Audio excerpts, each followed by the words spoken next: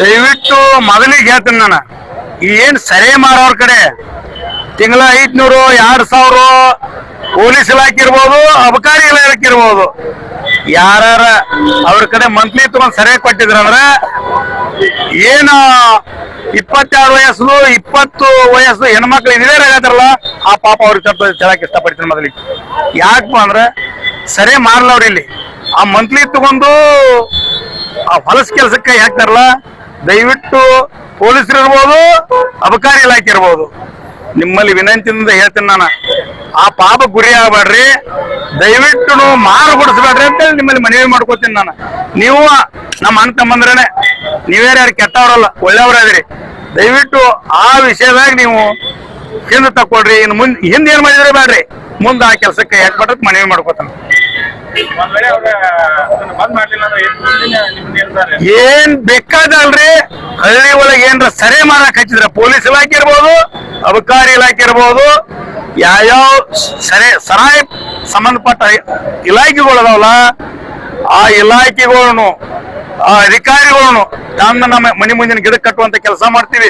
ಎಲ್ಲಿ ಸರಿ ಮಾಡ್ತಿರ್ತಾರಲ್ಲ ಅದೇ ಅಂಗಡಿ ಮುಂದೆ ಕಟ್ಟಿ ಪಾಠ ಹೇಳುವಂತ ಮಾಡ್ಬೇಕು ರೈತ ಸಂಘ.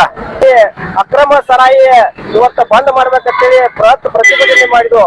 ಯಾಕಂದ್ರೆ ರಾತ್ರಿ ಇವತ್ತು 4 ಗಂಟೆದಾಗ ಕುಡಿತಾರೋ, ರಾತ್ರಿ 2 ಗಂಟೆದಾಗ ಕುಡಿಯತ್ತಾರೋ, ಅಲ್ಲಿ ಎಲ್ಲ ಯುವಕರು ಇವತ್ತು ಹಾಳಾಗತ್ತಾರೋ.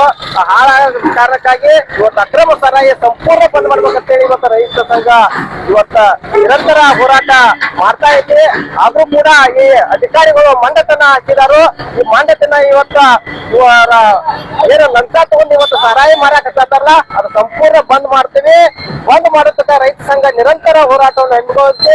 ನೇರ ಅಧಿಕಾರಿಗಳು ಏನ ಕೆಲಸ ಮಾಡಿದ್ರೆ ಮುಂದಿನ ದಿನಮಾನಗಳಲ್ಲಿ ಅವ್ರನ್ನ ಕಟ್ಟಿ ಹಾಕುವಂತ ಇವತ್ತು ಕರ್ನಾಟಕ ರಾಜ್ಯ ರೈತ ಸಂಘ ಇವತ್ತು ಎಚ್ಚರಿಕೆ ಕೊಟ್ಟೈತಿ. ಅಧಿಕಾರಿಗಳು ಇವತ್ತು ಸಂಪೂರ್ಣ ಬಂದ್ ಮಾಡ್ತೀವಿ ಅಂತ ಹೇಳಿ ಒಪ್ಕೊಂಡಾರು. ಬಂದ್ ಮಾಡಲೇಬೇಕು. ಮಾಡಿದ್ರೆ ಅವ್ರು ಯಾವ ರೀತಿ ತೀರ್ಮಾನ ತಗೋಬೇಕಂತ ರೈತ ಸಂಘ ಗಂಭೀರವಾಗಿ ಚಿಂತನೆ ಮಾಡ್ತೈತಿ. ದಿವಸ ಕರ್ನಾಟಕ ರಾಜ್ಯ ರೈತ ಸಂಘ ಹಾಗೂ ಹಸಿರು ಸೇನೆ ವತಿಯಿಂದ ಇವತ್ತೇನ ನಮ್ಮ ರಾಜ್ಯ ಉಪಾಧ್ಯಕ್ಷರಾಗಿರ್ಬೋದು, ಜಿಲ್ಲಾಧ್ಯಕ್ಷರು ಮತ್ತು ಜಿಲ್ಲೆ ಎಲ್ಲಾ ಮುಖಂಡರು ಮತ್ತು ರಾಜ್ಯ ಮುಖಂಡರು ಸೇರಿ ಇವತ್ತೇನ ಘಟಪ್ರಭಾ ಮುದ್ದು ಸರ್ಕಲ್ ನಲ್ಲಿ ಪ್ರತಿಭಟನೆಯನ್ನು ಮಾಡಿದೀವಿ. ಇದಕ್ಕೆ ಅಬಕಾರಿ ಉಪ ನಿರೀಕ್ಷಕರು ಬೆಳಗಾವಿ ಮತ್ತು ಹಲವಾರು ಅಧಿಕಾರಿಗಳು ಬಂದ ಕೇಶನ್ ಮನವಿಯನ್ನು ಸ್ವೀಕಾರ ಮಾಡಿದ್ದಾರೆ. ಮಾಡೋದು ಒಂದೇ ಆಗಬಾರದು. ಈ ಮನವಿ ಸ್ವೀಕಾರದ ಜೊತೆಯಲ್ಲಿ ಅಕ್ರಮ ಮದ್ಯ ಮಾರಾಟ ಏನ್ ಹಳ್ಳಿ ಒಳಗೆ ಬೇರ್ ಬಿಟ್ಟು ಕೇಶನ್ ಏನ್ ಮನಿ ಮಾಡೈತಿ ಅದನ್ನ ಕೂಡ್ಲೆ ಕಿತ್ತುಗಿ ಅಂತ ಕೆಲಸ ಆಗ್ಬೇಕು. ಇವತ್ತೇನ ಹೆಣ್ಮಕ್ಳು ತಮ್ಮ ಬದುಕನ್ನ ಬೀದಿಗೆ ತಂದು ಇಟ್ಕೊಂಡ್ ಕೂತಾರೆ. ಈಗ ಯಾಕಂದ್ರೆ ಅವ್ರ ಗಂಡುಗಳು ಕುರ್ದು ಕೇಸಿಂದ ನಾ ಮೊದಲೇ ಹೇಳ್ದಂಗ ಏನ್ ಅವ್ರ ಬದುಕು ಕಡೆ ಲಕ್ಷ ಇಲ್ಲ ಅವ್ರದ. ನಾವ್ ಹೊಲ್ದಾಗ ದುಡಿಬೇಕು, ನಾ ಇವತ್ತ ಕೆಲಸ ಮಾಡ್ಬೇಕು ಅನ್ನೋದು ಲಕ್ಷ್ಯ ಇಲ್ದ ಹೆಣ್ಮಕ್ಳು ದುಡಿಯಾಕ ಹೋಗುದು, ಗಂಡುಗಳು ಕುಡ್ಕೋತಾಡ್ಯಾಡುದು, ಈ ರೀತಿ ಆಗೋದ್ರಿಂದ ಇವತ್ತು ಎಷ್ಟೋ ಜನರದ ಬೆಳಿಗ್ಗೆ ಅವ್ರು ಸೆರೆ ಕೊಡ್ಲಿಲ್ಲಪ್ಪ ಅಂದ್ರೆ ಕೈ ನಡಗತ್ತಾವ, ಲಿವರ್ ಫೇಲ್ ಆಗತ್ತ, ಲಿವರ್ ಪೆನ್ಕಿರಿಯ ಬರತ್ತಾವ. ಇವತ್ತ ಗೋಕಾಕ್ ತಾಲೂಕಾ ಮತ್ತು ಏನ್ ಮೂಡ್ಲಿಗಿ ತಾಲೂಕು ಎಲ್ಲಾ ದವಾಖಾನೆ ಸರ್ವೆ ಮಾಡ್ರ ವರ್ಷಕ್ಕೆ 10 ರಿಂದ 15,000 ಜನ ಈ ಲಿವರ್ ಪೆನ್ಕಿರಿಯ ಮತ್ತು ಕಿಡ್ನಿ ಡ್ಯಾಮೇಜ್ ಇಂದ ದವಾಖಾನೆಗೆ ಅಡ್ಮಿಟ್ ಆಗತ್ತಾರ. ಅದರ ಸಲುವಾಗಿ ಎಷ್ಟೋ ಅದರಿಂದ ಪ್ರಾಣಾಪಾಯ ಜೀವನ ಕಳ್ಕೊಳತ್ತಾರ. ಮೊನ್ನೆ ಇಲ್ಲೇ ನಮ್ಮ ಆತ್ಮೀಯ ಗೆಳೆಯ ಆದಂತವ್ರು ತನ್ನ 2 ಕಿಡ್ನಿ ಫೇಲ್ ಮಾಡ್ಕೊಂಡು ಜೀವ ಬಿಟ್ಟ.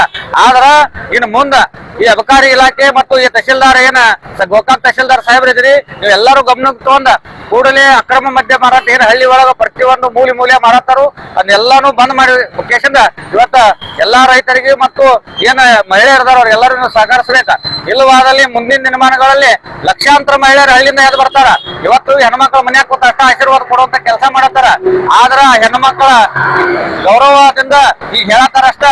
ಮುಂದಿನ ದಿನಮಾನವಾಗಿ ಅಬಕಾರಿ ಇಲಾಖೆ ಏನಾರ ಕ್ರಮ ಕೈಗೊಳ್ಳದೆ ಇದ್ರ ಈ ಅಕ್ರಮ ಮದ್ಯ ಮಾರಾಟದ ವಿರುದ್ಧ ಈ ಮನೆ ಕೂತಂತ ಅಕ್ಕ ತಂಗಿಯರು ತಾಯಿಯಂದ್ರು ಎಲ್ಲರೂ ಬೀದಿಗೆ ಇಳಿದ್ರಪ್ಪ ಅಂತಂದ್ರ ನೀವು ಅಧಿಕಾರಿಗಳು ಹೊರಗೆ ಅಡ್ಡಾಡುವಂತ ಪರಿಸ್ಥಿತಿ ಕೆಡತೈತೆ ಅಂತ ಹೇಳ್ತಾ ನಾನು